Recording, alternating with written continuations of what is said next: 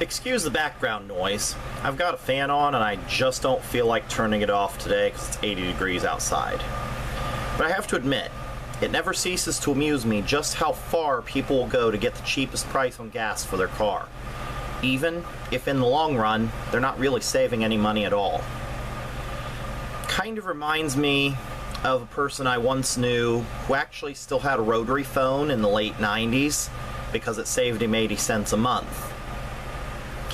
I was just reading an article online from the Seattle Times where they interviewed a guy who justifies his habit of shopping around, even if it doesn't save him money, by claiming that shopping around encourages lower gas prices. Now that's all fine and dandy, and technically true to a point, but if it doesn't really save you money in the long run, what's the point? The article went on to mention how 63% of Americans are willing to drive 5 minutes out of their way to save a nickel a gallon on gas. Given that I like to crunch numbers when I'm arguing a point, this seemed like a good basis to use. Since this was a metropolitan newspaper, my first example will be city MPG, miles per gallon. Let's assume you get 20 miles per gallon in the city. And let's also assume that you have a 20-gallon tank. Well, most cars have a smaller tank than 20 gallons. But let's assume 20 gallons because most cars have up to that. Okay, so assuming 20 miles per gallon city, 20-gallon tank, yeah, you'll pay $1 less for gas at the station that's 5 cents cheaper, but did you really save money?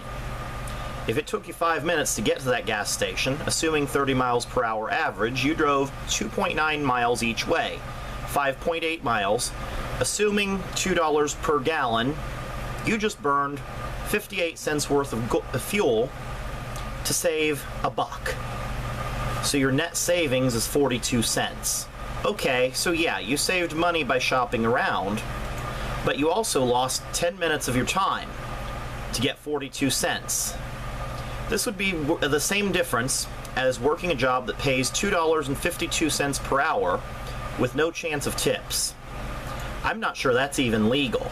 Even in Ohio, tipped workers have to be paid at least $4.05. But if $2.52 without tips was legal, would you want to work there? For the second scenario, I will use my car and my situation as an example. I get 38 miles to the gallon highway. I also have a 10-gallon tank. The most convenient station to me is usually actually less than everywhere else, but sometimes it is a nickel more per gallon. Even when it is, I still fuel there, and here's why. The next nearest gas station to the one at work is exactly 5.8 miles each way. At Ohio's speed limit, 70 miles per hour, it takes almost exactly 5 minutes to get there. Well, okay, I get 38 miles to the gallon, and I have a 10-gallon tank. So 5 cents a gallon only means 50 cents less for me to fill up. But it takes me 61 cents worth of fuel to drive 11.6 miles round trip. 5.8 miles each way is 11.6 for the round trip.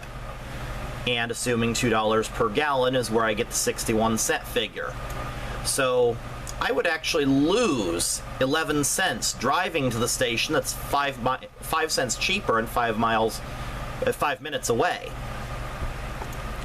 If you want to present your situation with your car and comparison of convenient station versus cheaper station as a hypothetical, please feel free to leave me your information in the comments as far as what kind of MPG you get, distance between two stations, etc. Also, civilized comments are always welcome on my channel and my videos.